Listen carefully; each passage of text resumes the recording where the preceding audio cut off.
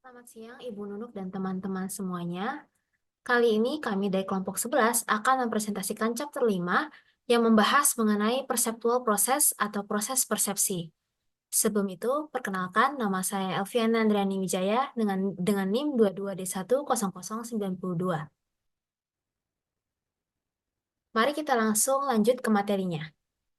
Yang pertama, what is perception atau apa sih itu perception?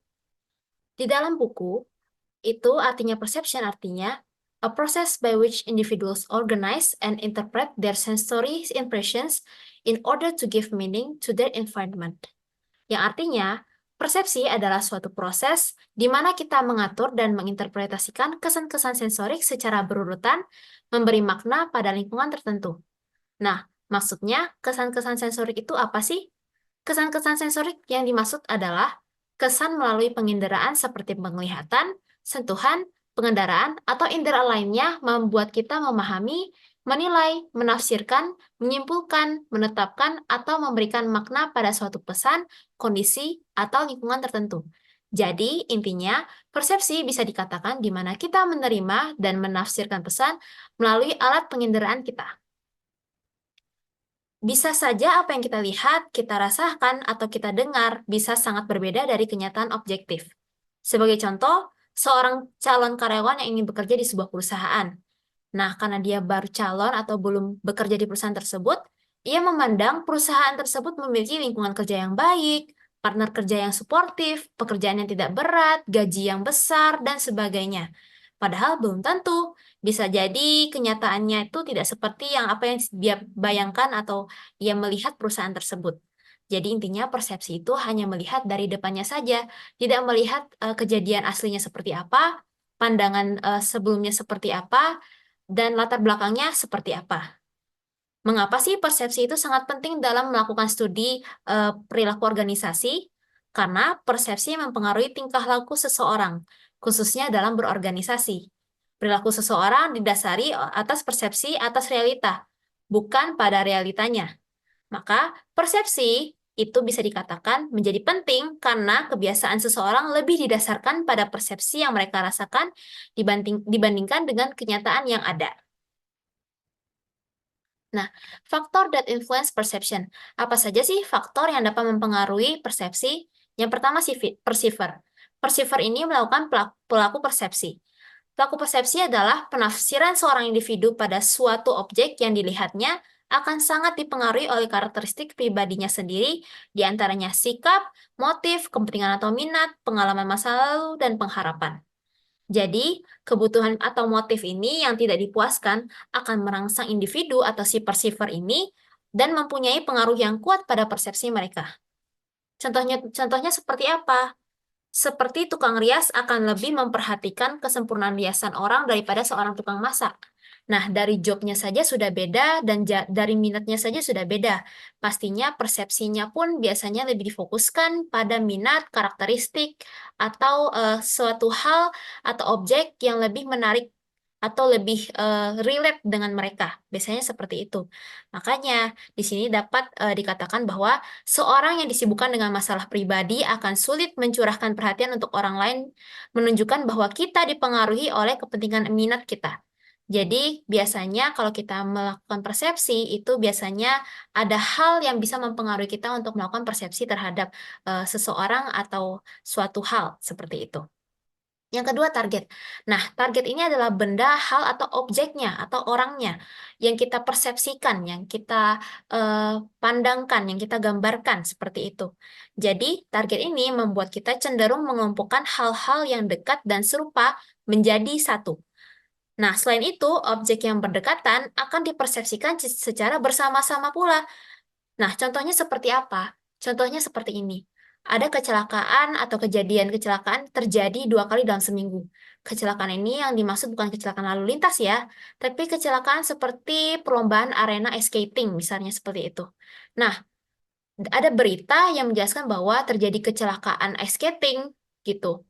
Nah, karena banyaknya persepsi dan tentunya banyaknya orang misalnya yang mendengar atau melihat berita tersebut, orang-orang itu pada mempersepsikan bahwa permainan ice skating itu merupakan permainan yang berbahaya seperti itu karena terjadinya kecelakaan itu yang membuat orang berpikir bahwa kayaknya ice skating itu bahaya deh. Makanya banyak yang kecelakaan sampai 2 kali terjadi di 1 minggu, misalnya seperti itu. Nah, yang ketiga adalah konteks atau situasi.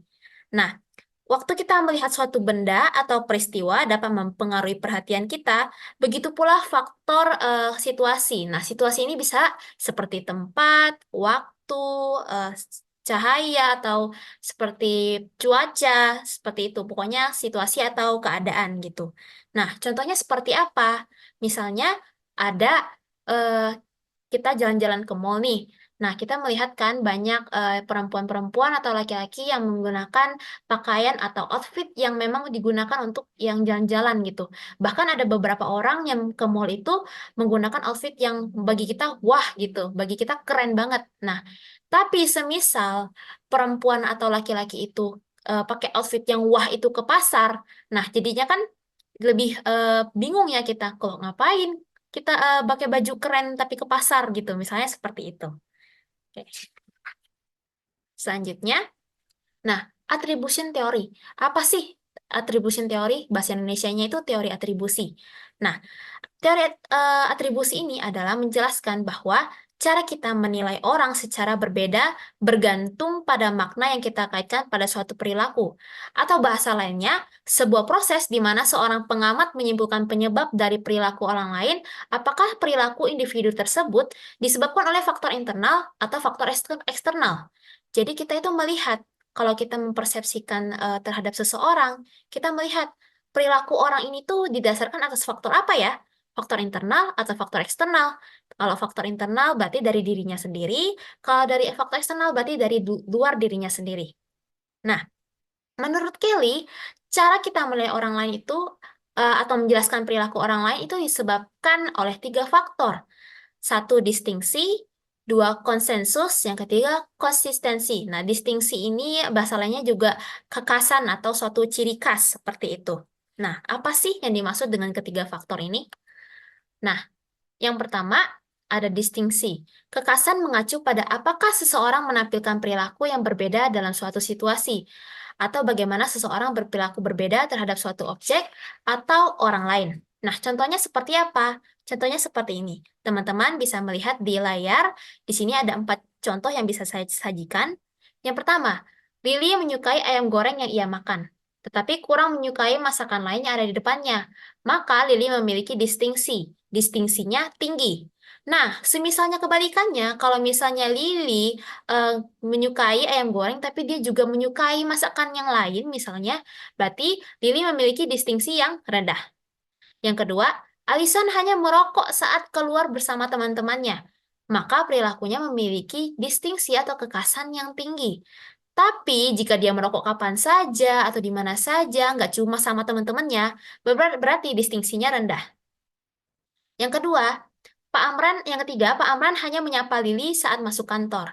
Tapi Anita dan Susi itu tidak disapa.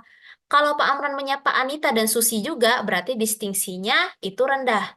Begitu juga sebaliknya. Jadi kalau misalnya Pak Amran menyapa Lili aja di saat masuk kantor, berarti distingsinya itu tinggi. Yang keempat, Tom hanya menertawakan seorang komedian yang ada di hadapannya. Jika Tom menertawakan segala hal yang lucu, nggak cuma komediannya doang, berarti distingsinya rendah. Tapi kalau Tom hanya menertawakan seorang komedian, hanya menertawakan komedian itu aja, berarti distingsinya tinggi. Seperti itu. Di sini teman-teman akan lebih mengenal lebih jauh apa itu distingsi, apa itu konsistensi, apa itu konsensus, nanti setelah slide berikut ini. Nah, yang kedua konsistensi. Nah, konsistensi ini lebih mengacu pada apakah seseorang merespon dengan cara yang sama dari waktu ke waktu. Nah, kalau tadi distingsi itu merespon dengan cara yang berbeda di satu situasi, kalau konsistensi ini dia konsisten dari waktu ke waktu itu perilakunya sama. Atau sejauh mana orang tersebut berperilaku sama setiap kali situasi terjadi dan selalu sama. Saya akan menggunakan 4 contoh yang tadi dengan konteks yang berbeda, yaitu konsistensi ya. Yang pertama, Lily akan menyukai ayam goreng jika ia memakannya di lain waktu atau kapanpun, atau akan tetap menyukai ayam goreng tidak hanya saat di rumah saja, namun juga di rumah makan yang ia datangi. Kalau di distingsi tadi dia hanya dia hanya suka ayam goreng, di makanan makanan lain dia nggak suka. Nah kalau di konsistensi ini bedanya dengan distingsi adalah sampai kapanpun dia akan menyukai ayam goreng. Dia selalu menyukai ayam goreng, dia nggak makan makanan yang lain, dia sangat-sangat menyukai ayam goreng. Jadi itulah yang namanya konsistensi. Konsisten dari waktu ke waktu selalu sama perilakunya. Jadi itu kalau Lily menyukai ayam goreng saja sampai kapanpun dari waktu ke waktu, berarti konsistensinya itu tinggi. Jika sebaliknya, berarti konsistensinya rendah. Nah, yang kedua, Allison hanya merokok saat keluar bersama teman-temannya. Konsistensinya tinggi. Maksudnya, setiap kali dia berkumpul sama teman-temannya, itu dia selalu merokok. Perilakunya selalu sama, situasinya selalu sama. Situasinya sama, perilakunya pun selalu sama. Dan dari situlah Allison memiliki konsistensi yang tinggi. Tapi jika Allison itu gak cuma merokok keluar sama teman-temannya, tapi merokoknya di mana aja juga, nah itu berarti dia konsistensinya rendah. Nah intinya ini tuh berlangsung selama selalu ya, selalu dan situasinya selalu sama gitu. Nah, yang ketiga, setiap masuk kantor, Pak Amran ini selalu menyapa Lili. Setiap hari, setiap minggu, setiap bulan, atau sampai bertahun-tahun. Pokoknya konsisten. Tiap waktu ke waktu, dia cuma nyapa Lili. Tapi teman-temannya kayak Anip dan Susi tadi, itu tidak disapa dengan Pak Amran. Jadi Pak Amran tuh hanya konsisten nyapa Lili dari tahun ke tahun. Berarti Pak Amran memiliki konsistensi yang tinggi. Jika sebaliknya, Pak Amran memiliki konsistensi yang rendah. Yang keempat, kalau Tom selalu menertawakan komedian ini, dari garis bawahi selalu ya, kata bantunya ini selalu, kata poinnya ini di selalu. Kalau Tom selalu menertawakan komedian ini, konsistensinya tinggi. Tapi jika Tom jarang menertawakan komedian ini, maka konsistensinya rendah. Seperti itu. Selanjutnya, ada konsensus. Nah, konsensus ini adalah jika setiap orang atau orang lain yang menghadapi situasi serupa merespon dengan cara yang sama atau perilaku seorang dibandingkan dengan orang lain terhadap stimulus yang sama, sejauh mana orang lain berperilaku sama dalam situasi serupa. Bedanya dengan distingsi, dengan konsistensi tadi, kalau distingsi itu ada situasi-situasi di mana pelakunya itu berperilaku berbeda di situasi yang sama. Tapi kalau misalnya konsistensi, dia itu selalu sama terus tiap waktu gitu ya. Nah, kalau konsensus itu lebih ke bukan bukan pelakunya, tapi lebih ke orang lain, lebih ke pembandingnya, lebih ke orang-orang lain lah gitu, bukan pelakunya. Nah, contohnya seperti ini. Nah, tadi kan konteksnya Lily suka makan ayam goreng kan. Kalau distingsi, dia cuma suka makan ayam goreng. Di sayur lain dia nggak suka. Kalau di konsistensi, dia akan selalu makan ayam goreng dan dia akan selalu suka ayam goreng sampai kapanpun. Kalau di konsensus, dibandingkan dengan impact-nya ke orang lain. Jadi, tidak hanya Lily yang suka ayam goreng, tetapi orang lain juga banyak yang menyukai ayam goreng. Maka Lily memiliki konsensus. Konsensusnya tinggi. Tapi kalau misalnya orang lain juga nggak gitu ada yang suka ayam goreng, atau misalkan cuma Lily doang yang suka makan ayam goreng, berarti konsensusnya itu rendah. Yang kedua, contoh yang kedua, Allison merokok ketika dia pergi makan bersama temannya.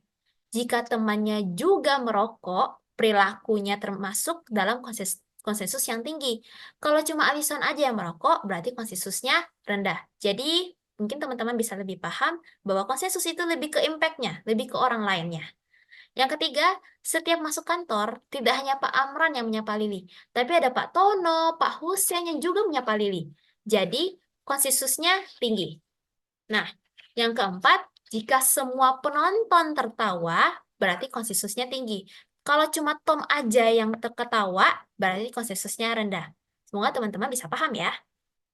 Selanjutnya, nah, dari sini tadi saya sudah bilang ada yang distingsinya tinggi, ada yang distingsinya rendah, konsistensinya tinggi, konsistensinya rendah, nah seperti itu. Nah, di sini ada gambar diagram yang bisa menyimpulkan dari mana sih kita bisa menyimpulkan bahwa perilaku orang ini berasal dari faktor eksternal atau faktor internal. Nah, semisal seseorang itu punya distingsi yang tinggi, berarti faktor yang membuat dia melakukan perilaku tersebut itu berasal dari faktor eksternal. Nah, jika distingsinya rendah, berarti faktor itu internal. Jika konsensusnya tinggi, berarti berasal dari faktor eksternal. Jika konsensusnya rendah, berarti berasal dari faktor internal. Jika konsensusnya tinggi, berarti berasal dari faktor internal. Jika konsistensinya rendah, berarti berasal dari faktor eksternal. Nah, di sini kita akan lanjut ke error dan bias. Nah, di error dan bias di dalam chapter 5 ini, dalam persepsi, dalam perilaku persepsi, ada dua. Yang pertama, fundamental attribution error, itu untuk errornya. Yang biasnya itu self-serving bias. Nah, apa sih yang dimaksud dengan fundamental attribution error dan self-serving bias ini? Nah, fundamental attribution error ini suatu kecenderungan untuk meremehkan pengaruh dari faktor eksternal dan melebihkan pengaruh dari faktor internal. Jadi, intinya itu lebih mengabaikan faktor eksternal dibandingkan faktor internal. Jadi, dia lebih mengutamakan faktor internal. Contohnya seperti apa? Contohnya seperti ada kita POV-nya sebagai seorang manajer di sebuah perusahaan. Nah, tapi di suatu hari itu ada karyawan yang telat datang ke kantor kita, telat datang gitu. Nah, walaupun dia udah ngasih beribu-ribu alasan, alasannya juga sangat detail dan masuk akal gitu. Kita itu selalu menyalahkan bahwa itu tuh berasal dari dirinya sendiri, bukan dari kondisi sekitarnya. Misalnya, dia itu sebenarnya terlambat karena ya macet di jalan, atau sebelumnya ada kondisi darurat, atau ada kecelakaan, seperti itu sebelumnya. Tapi kita malah menyalahkan dirinya sendiri, seperti kita menyalahkan bahwa dia itu memang tidak disiplin, atau memang orangnya suka telat, atau suka malas-malasan, dan sebagainya. Jadi kita itu tidak melihat kondisi di belakangnya atau di sekitarnya, tapi kita malah menyalahkan orang tersebut bahwa kesalahan-kesalahan ini itu berasal dari dirinya sendiri, bukan dari situasi atau dari orang lain. Seperti itu. Nah, self-serving bias nih. Self-serving bias ini kecenderungan individu untuk mengatribusikan kesuksesan mereka sendiri pada faktor internal dan menempatkan kesalahan atas kegagalan pada faktor eksternal. Namanya saja sudah self-serving, yang artinya kita lebih mementingkan atau mengutamakan diri sendiri. Contohnya seperti apa? Kalau dalam kehidupan sehari-hari kita atau dalam kehidupan masa-masa perkuliahan seperti ini, pasti kayaknya kita relate banget ya. Contohnya seperti ini, suatu saat misalnya ada yang mendapatkan, misalnya si A gitu ya, mendapatkan IP yang bagus gitu. IP yang bagus, nilai tugasnya bagus, nilai UTS-nya bagus, UAS-nya bagus, pokoknya hasilnya bagus lah gitu. Nah, apa yang terjadi? Dia itu malah membangga-banggakan dirinya. Maksudnya dia itu lebih kayak, lah ini usaha kok, ini kerja kerasku, makanya aku dapat nilai tinggi. Sebanding kok dengan kerja kerasku, ya berarti memang ini kerja kerasku, gitu. Nah, sekalinya si A ini dapat IP yang rendah, atau IP yang jelek, atau nilai tugasnya jelek, atau nilai UTS, atau nilai UAS-nya itu tidak sesuai ekspektasi dia malah menyalahkan keadaan atau orang lain. Misalnya, bisa saja dia bisa bilang, ya, aku dapat nilai segini, biasanya pasti dosennya mungkin ngejelasinnya kurang jelas. Atau aku nggak ngerjain tugas kemarin karena teman-temanku nggak ngasih tahu aku sih. Makanya aku nggak ngerjain tugas. Itu pasti salah mereka gitu. Bukannya salahin diri sendiri, malah salahin orang lain atau keadaan gitu. Seperti itu. Next, oke. Cara atau bentuk dalam menilai orang lain atau persepsi terhadap orang lain. Ada 4. Yang pertama, selective perception, halo effect, contrast effect, dan stereotyping. Nah, selective perception ini mengartikan bahwa mempersepsikan orang yang berperilaku menonjol atau menarik perhatian kita untuk dipersepsikan. Nah, karena kita itu tentunya nggak bisa dong mengamati semua yang terjadi di sekitar kita. Nggak mungkin kita mengamati semua orang yang di sekitar kita, kita amati gitu satu-satu, kan nggak mungkin ya. Jadi kita menggunakan yang namanya perspektif selektif atau selective perception. Nah, kita itu melihat apa yang ingin kita lihat, dan kita terkadang menarik kesimpulan dari apa yang kita lihat. Jadi, kita mempersepsikan orang yang berperilaku menonjol atau menarik perhatian kita untuk dipersepsikan, seperti itu. Jadi, munculnya selective perception ini ada suatu hal atau objeknya. Objek itu bisa jadi orang gitu ya, contohnya. Nah, orang itu kayaknya punya kesan yang menarik untuk kita persepsikan gitu, untuk kita gambarkan lah gitu, seperti itu. Jadi misalnya contohnya seperti ini. Kita punya teman namanya Anita. Nah, Anita ini orangnya friendly nih, orangnya friendly, terus dia juga apa suka bareng-bareng sama temannya. Nah, Salah satu temennya itu, kalau kita bilang nama apa zaman sekarang tuh namanya bestie gitu ya. Nah, nama bestinya itu Agnes nih. Nah, dia itu kemana-mana selalu bareng Agnes, ke kampus bareng Agnes, ke kantin bareng Agnes, pokoknya kemana-mana bareng Agnes gitu. Nah, suatu hari, kita ngelihat si Anita ini jalan sendiri. Dia nggak bareng sama Agnes, padahal Agnes juga ada di kampus itu, gitu. Nah, kita langsung persepsi dong. Jangan-jangan si Anita sama Agnes ini berantem. Atau musuhan gitu, misalnya. Nah, ini nih, hal yang menonjol ini yang kita sebut kayak yang namanya self perception. Ada satu orang yang membuat kita pengen kayak mikir kayaknya ini orang ada problem deh, seperti itu. Nah, jadi, padahal kan mungkin kenyataannya siapa tahu mungkin Anita sama Agnes memang nggak ketemu. Atau mereka mungkin sedang sibuk dengan pekerjaan atau organisasi masing-masing. Makanya mereka nggak jalan. Seperti itu. Jadi kan banyak sebenarnya. Tapi kita mikirnya bahwa kayaknya mereka berdua ini kayaknya musuhan deh. Nah, dari situ nih yang kita bikin kayak ada yang janggal gitu. Nah, janggal ini yang menonjol gitu. Yang janggal ini yang kelihatan banget buat kita untuk persepsi gitu. Seperti itu. Nah, yang kedua ada halo effect. Nah, halo effect ini mengartikan bahwa memberikan kesan umum untuk seseorang didasarkan pada satu ciri pribadi. Jadi, halo effect ini kita mempersepsikan seseorang berdasarkan salah satu karakteristiknya, gitu. Salah satu karakteristiknya.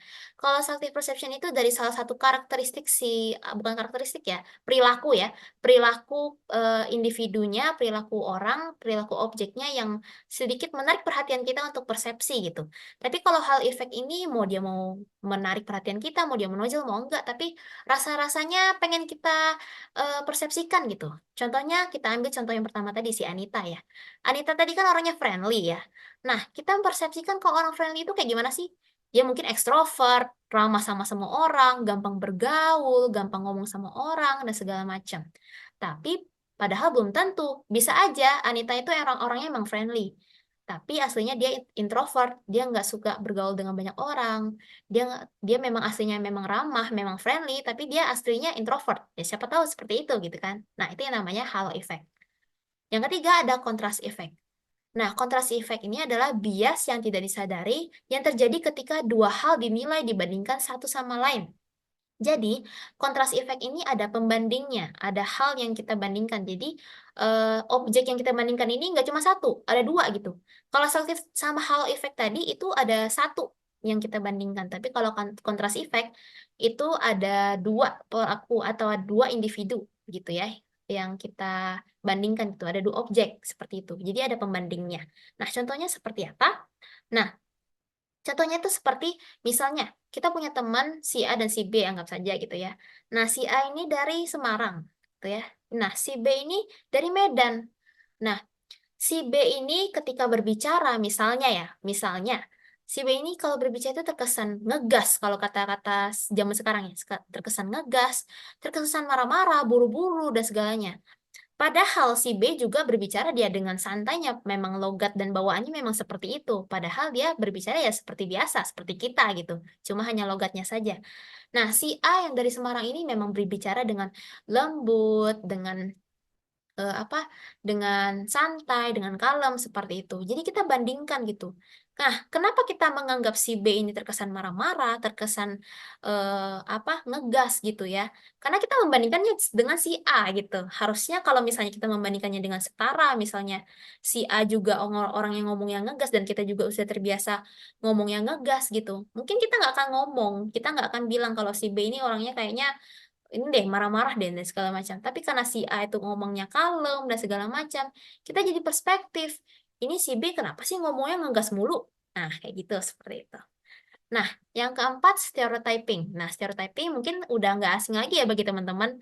Nah, stereotyping ini membuat kita bersepsi bahwa penilaian yang diberikan oleh seseorang ke orang lain berdasarkan ciri spesifik yang memiliki kelompok di mana orang tersebut berasal. Jadi stereotyping ini berdasarkan dari kelompok orang tersebut ya, kelompok si objek. Contohnya seperti apa? Misalnya, kalau ngelihat laki-laki bertato. Nah, laki-laki bertato kan nggak cuma satu ya, berarti dia banyak kan, banyak berkelompok gitu ya. Nah, laki-laki bertato itu kalau kita lihat Dia orangnya yang nakal, menyeramkan, menakutkan gitu ya. Nah, seperti itulah ceritanya, stereotyping gitu.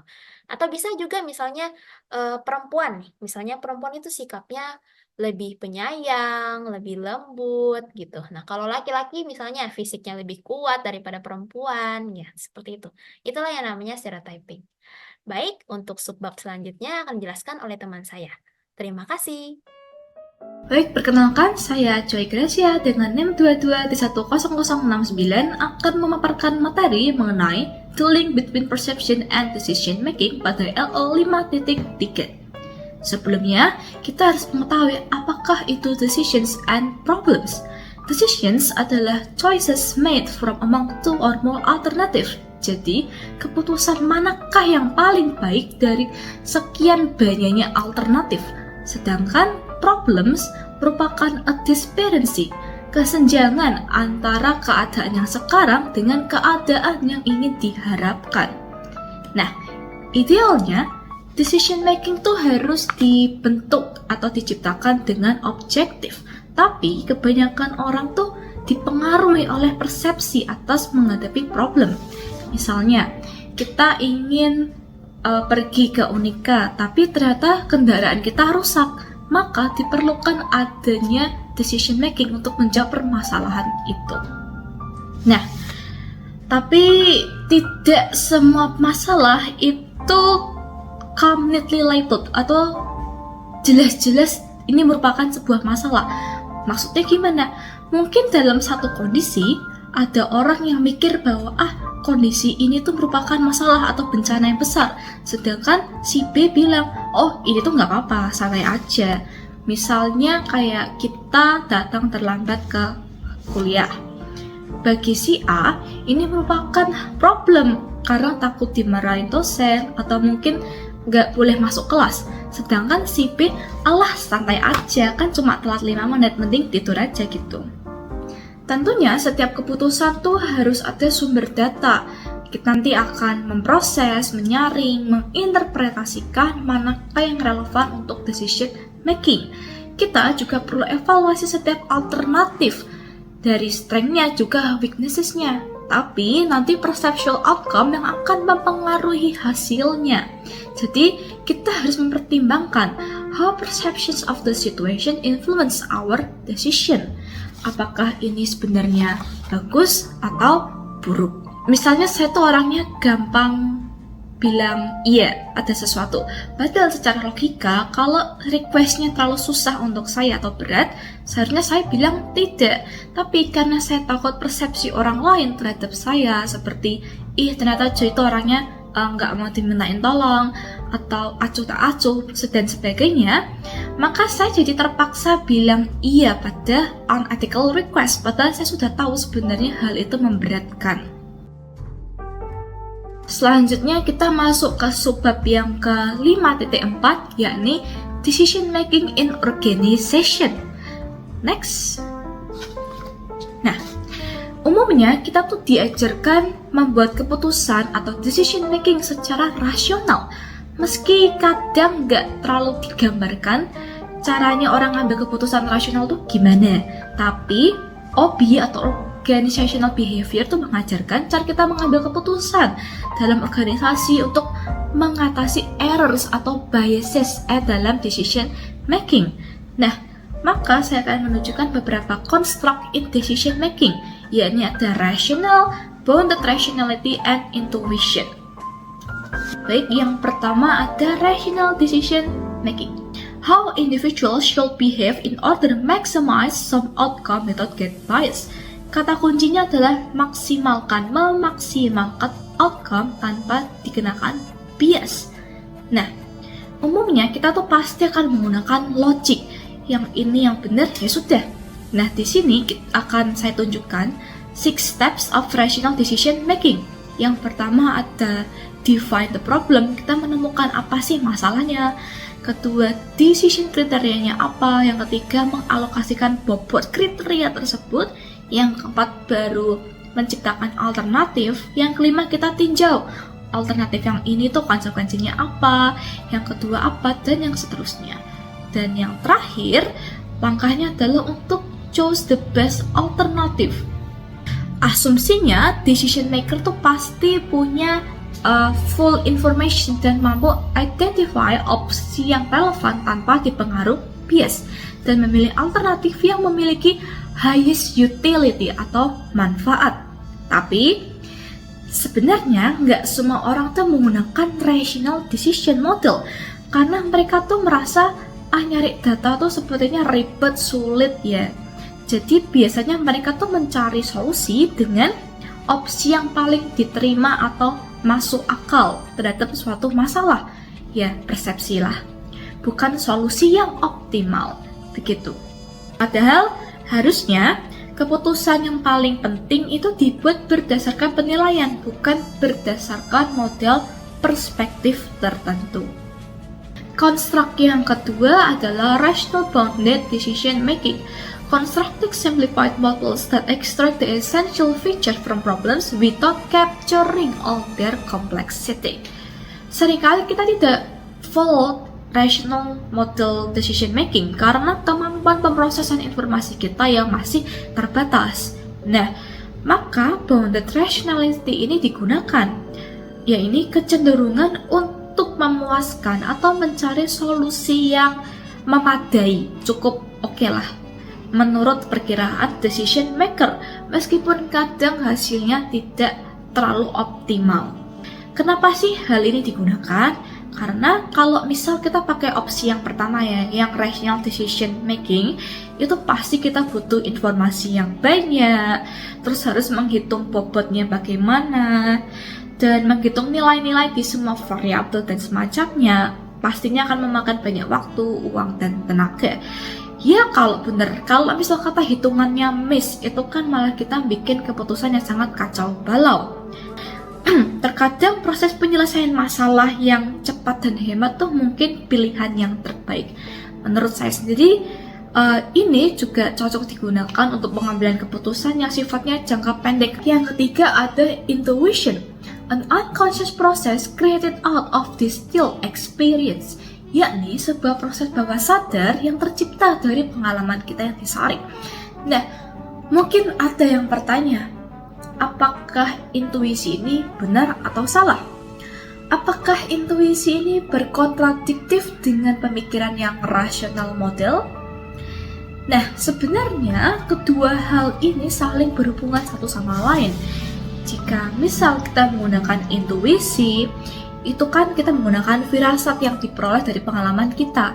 Jangan lupa bisa tambahkan bukti dengan rational model itu, hal yang logis, supaya nanti hasil decision makingnya itu objektif dan kesannya tidak memihak pada diri kita. Selanjutnya saya akan membahas mengenai bias and errors dalam decision making. Bagi yang belum tahu, bias merupakan kecenderungan untuk menentang sesuatu, yakni decision making. Kenapa sih keputusan Anda bisa seperti ini? Itu dikarenakan oleh beberapa bias yang mungkin Anda sering temui tapi nggak sadar. Nah, sebelumnya bias ini pernah kita bahas dalam pengantar manajemen seperti overconfidence bias, yakni kepedean, di mana kita terlalu percaya diri pada kemampuan kita atau orang lain. Contoh, misal saya ini expect bahwa nilai ujian saya adalah 85, padahal yang keluar hanya 70. Itu karena saya terlalu kepedean, padahal saya ini sebenarnya ya mageran, ngegaman, nggak belajar. Ya wajar lah. Jadi overconfidence bias itu ada kesenjangan antara expectation dengan realita gitu. Pede sih boleh ya, cuma harus melihat realitanya juga. Oke, yang kedua ada anchoring bias. Anchor itu kan seperti jangkar.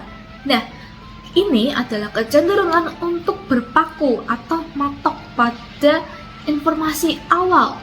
Contoh ya, ada seorang employee karyawan yang ditanyain sama HRD, kamu pingin salarisnya berapa? Nanti si karyawan itu akan jawab, iya saya pingin gaji kisaran 10 hingga 15 juta. Dalam benak receiver atau si HRD, dia akan mikir, oh berarti gajinya 12,5, it's fine lah, masih dalam kisaran tersebut. Beda lagi sama nanti kalau dia bilang, Saya ingin gaji sekitar 14 hingga 15 juta. Nah, semakin precise anchor, itu nanti akan menyesuaikan informasi selanjutnya. Jadi nanti si HRD akan mikir, oh dia pengen gaji 14,5 atau misal kata 14,7,50 nggak apa-apa lah gitu. Yang ketiga ini ada confirmation bias, yakni dimana kita cenderung menerima informasi yang menegaskan pandangan kita yang sebelumnya, sementara kita skeptis terhadap pandangan yang bertolak belakang atau informasi yang baru bagi kita. Yang keempat ada availability bias, yakni tendency to base judgment on readily available information.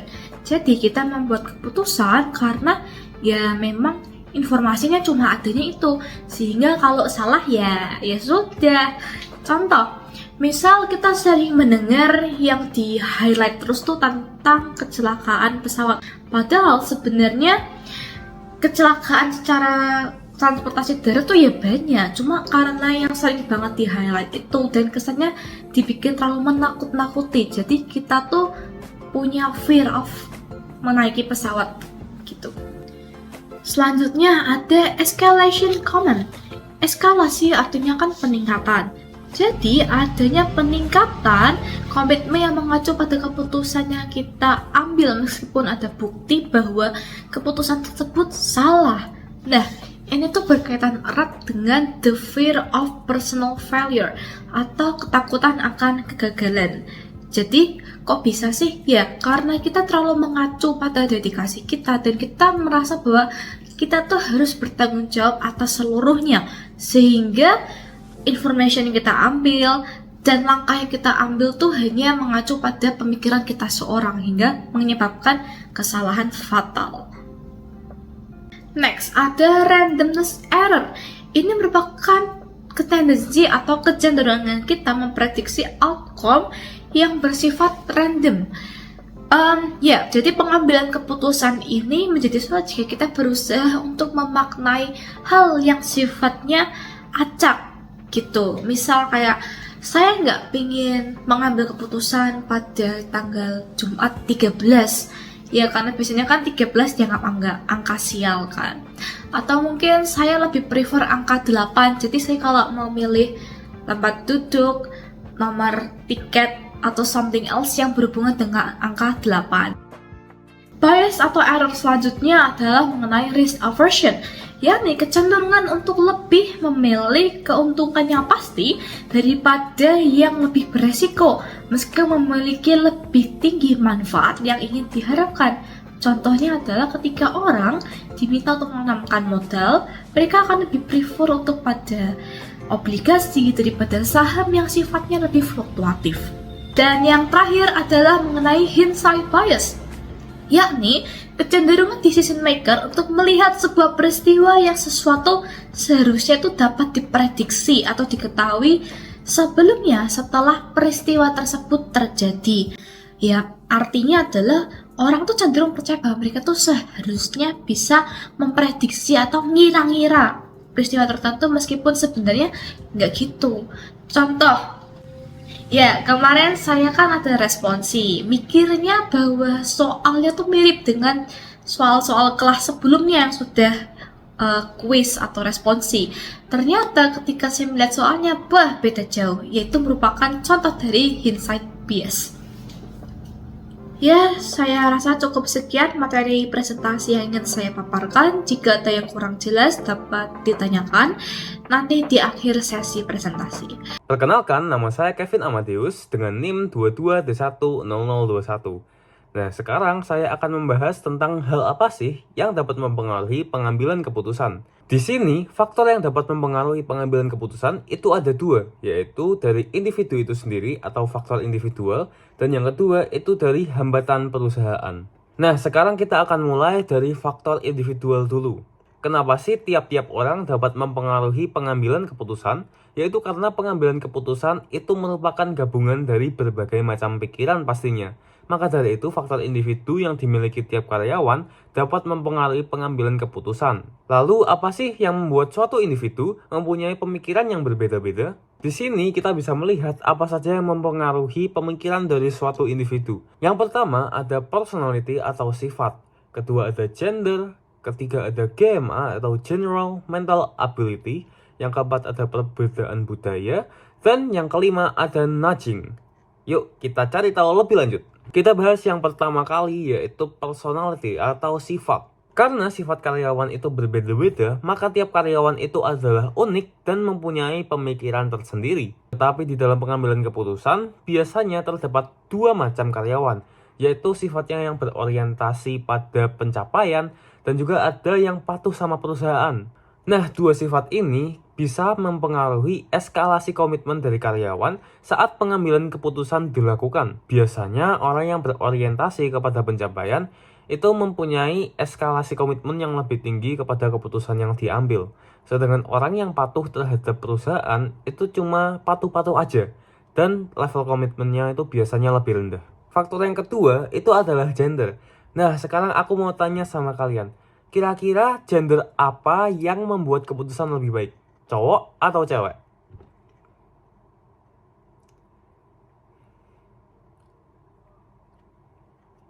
Udah jawab belum? Aku bakal diem terus sampai kalian jawab.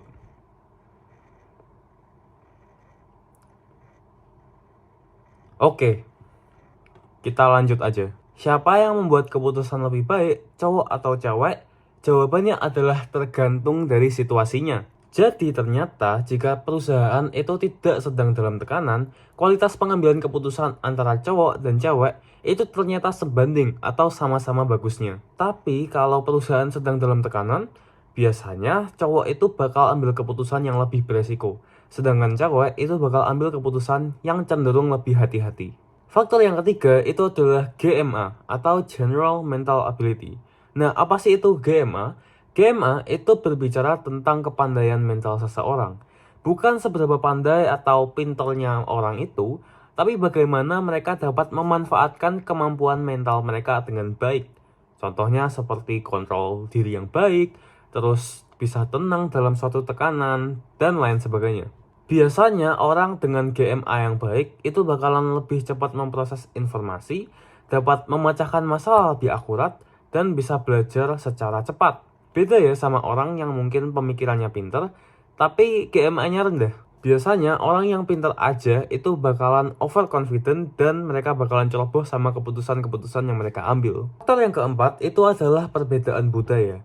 Nah, budaya itu membentuk bagaimana suatu orang itu berpikir, sehingga mempengaruhi pengambilan keputusan yang mereka buat juga. Sebagai contoh, negara USA atau Amerika itu memiliki pengambilan keputusan yang tergolong lebih cepat daripada negara-negara lain. Sedangkan negara-negara seperti Mesir itu mempunyai pengambilan keputusan yang lebih berhati-hati. Nah, tentu saja orang-orang yang lahir pada negara tersebut akan mengikuti lingkungan di mana tempat mereka lahir.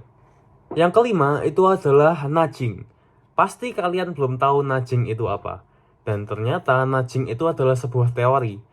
Teori nudging itu adalah sebuah teori di mana kita bisa mengarahkan orang untuk mengambil keputusan yang mengarah ke tujuan tertentu. Teori nudging itu pada dasarnya kita mengarahkan orang-orang ke tujuan tertentu secara pelan-pelan daripada memaksakan kehendak untuk mencapai tujuan. Contohnya, misalnya nih kita mau menanamkan mindset yang rajin bekerja kepada karyawan. Nah, kita bisa membuat slogan perusahaan yang misal ditempel di dinding kayak kerja, kerja, kerja gitu. Atau mungkin kita bisa membuat lingkungan kerja yang berorientasi kepada hasil. Maka dari itu, karyawan akan perlahan-lahan mengikuti tujuan yang kita mau. Sekarang kita lanjut ke faktor kedua yang dapat mempengaruhi pengambilan keputusan, yaitu adalah hambatan dari perusahaan. Kenapa sih organisasi dapat menghambat suatu pengambilan keputusan? Yaitu karena keputusan-keputusan yang dibuat biasanya akan terbatasi dengan bagaimana sistem dari perusahaan tersebut berjalan. Di sini ada 5 faktor hambatan organisasi. Yang pertama itu adalah performance evaluation system atau sistem evaluasi dari perusahaan. Yang kedua itu adalah reward system atau sistem penghargaan. Yang ketiga adalah formal regulation atau peraturan dari perusahaan. Yang keempat adalah keterbatasan dengan waktu. Dan yang kelima, preseden sejarah. Apa sih hubungannya sistem evaluasi perusahaan dengan hambatan dari perusahaan? Yaitu dari bagaimana sistem evaluasi perusahaan itu dibentuk, atau dibangun, atau didefinisikan. Contohnya, jika kriteria evaluasi seorang manajer divisi, yaitu semuanya itu berjalan baik kalau tidak ada keluhan sama sekali, maka manajer pada akhirnya juga akan menghindarkan diri dari mendengar keluhan yang datang, sehingga tidak diperlukan adanya pengambilan keputusan. Soalnya kalau nggak ada keluhan yang masuk, berarti kan semuanya berjalan dengan baik. Yang kedua itu adalah sistem penghargaan. Karena sistem penghargaan adalah alat perusahaan untuk memotivasi karyawan untuk melakukan apa yang diinginkan oleh perusahaan. Contohnya, jika perusahaan mau memberikan penghargaan kepada karyawan untuk menghindari resiko, maka karyawan cenderung akan mengambil keputusan yang konservatif, yang tidak neko-neko istilahnya. Yang ketiga, itu adalah formal regulation atau peraturan dari perusahaan itu sendiri. Nah, bagaimana perusahaan membuat peraturan dapat menghambat dan membatasi karyawan untuk melakukan pengambilan keputusan. Contohnya, perusahaan yang cenderung ketat dalam pembuatan peraturan, seperti dalam konteks restoran. Misal, pembuatan menu udang harus menggunakan udang yang frozen. Tentu akan membatasi keputusan karyawan untuk menggunakan udang yang fresh. Jadi kalau semuanya udah diatur sama perusahaan, ya karyawan bisa apa lagi? Cuman bisa patuh sama aturannya. Yang keempat, keterbatasan dengan waktu. Nah, setiap proyek di perusahaan pasti mempunyai deadline atau waktu tenggatnya. Seperti harus siap sedia 10 macam ide inovasi untuk bos perusahaan dalam seminggu. Ini yang membuat manajer itu kewalahan karena keterbatasan waktu. Orang disuruh nyari 10 macam inovasi tapi dalam waktu 7 minggu doang, ya pasti kewalahan banget dong dan nggak punya waktu untuk mengumpulkan semua informasi yang diperlukan untuk mengambil keputusan. Dan yang terakhir itu adalah preseden sejarah. Preseden sejarah itu berbicara tentang keputusan-keputusan yang akan dilakukan pasti mempunyai keterikatan pada keputusan-keputusan yang telah dilakukan di masa lalu. Contohnya, dengan keputusan yang dibuat tahun lalu, budget pengeluaran perusahaan untuk tahun ini itu lebih tinggi dari biasanya. Sehingga perusahaan bisa lebih berkembang dengan cepat. Maka dari itu, keputusan tahun lalu itu mempengaruhi keputusan yang sekarang juga. Nah, itu dia hal-hal yang dapat mempengaruhi pengambilan keputusan di perusahaan. Selanjutnya akan dijelaskan oleh teman saya Jojo. Halo teman-teman semuanya, untuk bagian terakhir pada presentasi hari ini akan dibawakan oleh saya, Alfonso Jonathan dengan NIM 22D10022. Pengambilan keputusan yang kreatif dan inovasi dalam organisasi.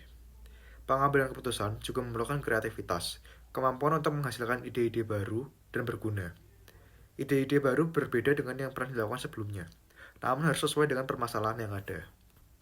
Kreativitas memungkinkan pengambilan keputusan untuk sepenuhnya menilai dan memahami masalah, termasuk melihat masalah yang belum dapat dilihat oleh orang lain. Untuk menyederhanakannya, tabel berikut memberikan model 3 tahap kreativitas dalam organisasi. Inti dari model ini adalah perilaku kreatif yang memiliki sebab dan akibat. Seperti yang teman-teman dapat lihat di layar sekarang, pada bagian paling atas terdapat penyebab perilaku kreatif. Penyebab perilaku kreatif sendiri ada 2, yaitu lingkungan kreatif dan potensi kreatif. Dilanjutkan ada perilaku kreatif. Perilaku kreatif sendiri terdiri dari 4 tahapan yang saling berhubungan satu sama lainnya. Yang pertama ada rumusan masalah, dilanjutkan oleh pengumpulan informasi, dan dilanjutkan dengan pembuatan ide, dan yang terakhir adalah evaluasi ide. Dan untuk bagian yang paling bawah ada hasil kreatif atau inovasi. Hal ini terdiri dari 2 hal, yaitu novelty dan kegunaan. Pertama, kita akan bahas perilaku kreatif. Perilaku kreatif sendiri terdiri dalam 4 langkah yang masing-masing mengarah ke langkah berikutnya. Yang pertama adalah rumusan masalah. Setiap tindakan kreativitas dimulai dengan suatu masalah yang dirancang untuk dipecahkan oleh perilaku tersebut. Dengan demikian, perumusan masalah merupakan tahapan perilaku kreatif di mana kita mengidentifikasi suatu masalah atau peluang yang memerlukan solusi yang belum diketahui. Yang kedua, pengumpulan informasi. Jika ada suatu masalah, solusinya jarang sekali tersedia secara langsung. Kita perlu waktu untuk belajar lebih banyak dan memproses pembelajaran itu. Dengan demikian, pengumpulan informasi adalah tahap perilaku kreatif ketika pengetahuan dicari dan kemungkinan solusi terhadap suatu masalah diinkubasi dalam pikiran individu. Pukulan informasi mengarahkan kita untuk mengidentifikasi peluang inovasi. Yang ketiga, generasi ide. Pembuatan ide adalah proses perilaku kreatif di mana kita mengembangkan kemungkinan solusi terhadap suatu masalah berdasarkan informasi dan pengetahuan yang relevan. Terkadang, kita melakukan ini sendirian. Terkadang, trik seperti berjalan atau mencoret-coret membantu mempercepat prosesnya. Namun, sebenarnya generasi ide lebih bersifat kolaboratif. Dan yang keempat, evaluasi ide. Terakhir, saatnya memilih ide-ide yang telah kita hasilkan. Pengetahuan evaluasi ide adalah proses perilaku kreatif di mana kita mengevaluasi solusi potensial terhadap masalah untuk mengidentifikasi solusi terbaik. Selanjutnya kita akan bahas penyebab perilaku kreatif. Apakah kepribadian kreatif itu ada? Jawabannya adalah ada. Meskipun kejeniusan kreatif jarang terjadi baik dalam sains seperti Stephen Hawking, dalam seni pertunjukan seperti Martha Graham, atau bisnis seperti Steve Jobs. Namun pada dasarnya semakin banyak karakteristik yang kita miliki, semakin tinggi potensi kreatif kita. Inovasi adalah salah satu tujuan utama organisasi bagi para pemimpin, dengan aspek yang pertama kecerdasan dan kreativitas. Kecerdasan berkaitan dengan kreativitas. Orang pintar lebih kreatif karena lebih baik dalam memecahkan masalah yang kompleks. Namun mereka mungkin juga lebih kreatif karena memiliki memori kerja yang lebih besar. Mereka dapat mengingat lebih banyak informasi tentang tugas yang ada. Sejalan dengan itu, penelitian terbaru di Belanda menunjukkan bahwa tingginya kebutuhan seseorang akan kognisi atau keinginan untuk belajar berkorelasi dengan kreativitas yang lebih besar. Berikutnya, kepribadian dan kreativitas. Ciri-ciri orang kreatif lainnya termasuk kepribadian yang proaktif, percaya diri, berani mengambil risiko, toleransi terhadap ambiguitas, dan ketekunan. Tak hanya itu, hal-hal seperti harapan, keyakinan pada kemampuan, dan pengaruh positif juga dapat memprediksi kreativitas seseorang. Selain itu, penelitian di Tiongkok menunjukkan bahwa orang dengan evaluasi diri inti yang lebih mampu mempertahankan kreativitas dalam situasi negatif dibandingkan dengan orang lain. Dan juga beberapa penelitian mendukung teori mad genius, yang menyatakan bahwa beberapa orang dengan penyakit mental cenderung sangat kreatif. Sebagian disebabkan karena psikopatologi mereka. Sejarah tentu saja memberikan contoh nyata, seperti Vincent van Gogh, John Forbes Nash, dan yang lain-lain. Ketiga, keahlian dan kreativitas. Keahlian adalah landasan bagi semua karya kreatif, dan dengan demikian merupakan satu-satunya alat prediksi potensi kreatif yang paling penting. Misalnya, penulis film sekaligus produser dan sutradara Quentin Tarantino menghabiskan masa mudanya dengan bekerja di sebuah toko penyewaan video. Tempat ini membangun pengetahuan ensiklopedis tentang film. Keahlian orang lain juga penting. Orang-orang dengan jaringan sosial yang lebih besar memiliki keterpaparan yang lebih besar terhadap beragam ide dan akses informal terhadap keahlian dan sumber daya orang lain. Dan yang keempat, etika dan kreativitas. Meskipun kreativitas dikaitkan dengan banyak karakteristik individu yang diinginkan, kreativitas tidak berkorelasi dengan etika. Orang berbuat curang sebenarnya lebih kreatif dibandingkan mereka yang berperilaku etis. Menurut penelitian terbaru, ketidakjujuran dan kreativitas bisa jadi berasal dari keinginan untuk melanggar aturan. Berikutnya, kita akan bahas mengenai lingkup kreatif. Kebanyakan dari kita mempunyai potensi kreatif yang kita pelajari untuk diterapkan. Namun betapapun pentingnya potensi kreatif, hal itu tidak cukup. Kita perlu berada di dalam lingkup di mana potensi kreatif dapat diwujudkan. Dari sekian banyak faktor, mungkin yang paling penting adalah motivasi. Jika Anda tidak termotivasi untuk menjadi kreatif, kecil kemungkinan Anda untuk termotivasi. Motivasi intrinsik atau keinginan untuk mengerjakan sesuatu karena hal itu menarik, menggairahkan, memuaskan, dan menantang, namun bekerja di lingkungan yang memberi penghargaan dan mengakui karya kreatif juga bermanfaat. Sebuah studi terhadap tim pelayanan kesehatan menemukan bahwa kreativitas tim diterjemahkan menjadi inovasi hanya ketika iklim secara aktif mendukung inovasi. Dan yang terakhir, hasil kreatif atau inovasi. Tahap terakhir dalam model kreativitas kita adalah hasilnya. Kita dapat mengidentifikasi hasil kreatif sebagai gagasan atau solusi yang dinilai baru dan bermanfaat oleh pemangku kepentingan terkait. Kebaruan itu sendiri tidak menghasilkan hasil kreatif jika tidak bermanfaat. Oleh karena itu, solusi off the wall akan menjadi kreatif hanya jika solusi tersebut membantu memecahkan masalah. Sekian presentasi dari kelompok kami. Jika terjadi kesalahan dalam berbicara, mohon maaf yang sebesar-besarnya.